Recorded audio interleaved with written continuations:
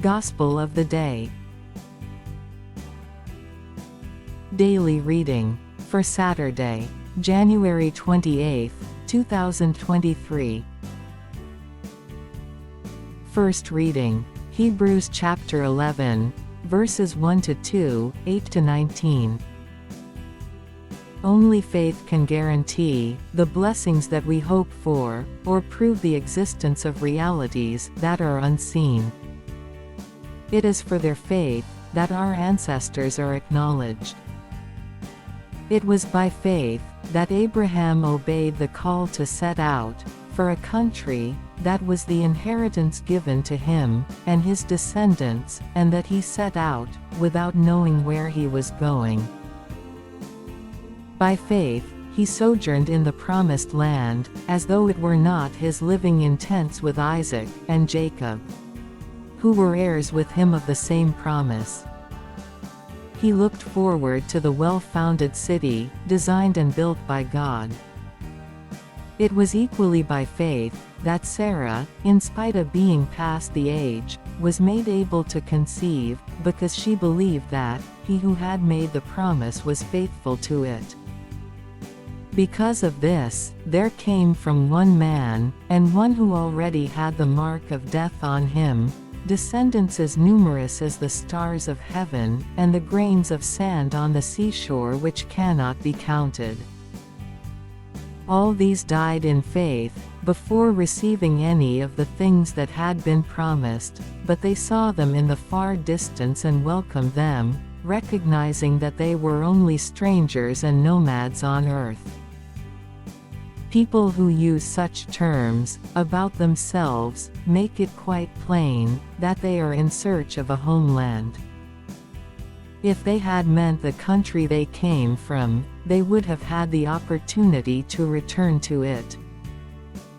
But in fact they were longing for a better homeland, their heavenly homeland. That is why God is not ashamed to be called their God, since He has founded the city for them. It was by faith that Abraham, when put to the test, offered up Isaac. He offered to sacrifice his only son even though he had yet to receive what had been promised. And he had been told, "Isaac is the one through whom your name will be carried on." He was confident that God had the power even to raise the dead, and so, figuratively speaking, he was given back Isaac from the dead. Responsorial Psalm. Luke chapter 1, verses 69-70, 71-72, 73-75. And He has established for us a saving power in the house of His servant David, just as He proclaimed by the mouth of His holy prophets from ancient times, that He would save us from our enemies, and from the hands of all those who hate us, and show faithful love to our ancestors, and so keep in mind His holy covenant. This was the oath He swore to our father Abraham, that He would grant us, free from fear, to be delivered from the hands of our enemies, to serve Him in holiness and uprightness in His presence all our days. Gospel. Mark chapter 4, verses 35-41. With the coming of evening that same day, He said to them, "Let us cross over to the other side." And leaving the crowd behind they took Him, just as He was, in the boat, and there were other boats with Him.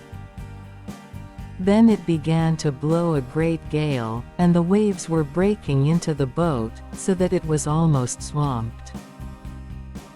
But He was in the stern, His head on the cushion, asleep. They woke Him and said to Him, "Master, do you not care? We are lost."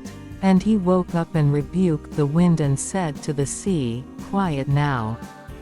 Be calm." And the wind dropped, and there followed a great calm. Then he said to them, "Why are you so frightened? Have you still no faith?" They were overcome with awe and said to one another, "Who can this be? Even the wind and the sea obey him." This is the words of the God.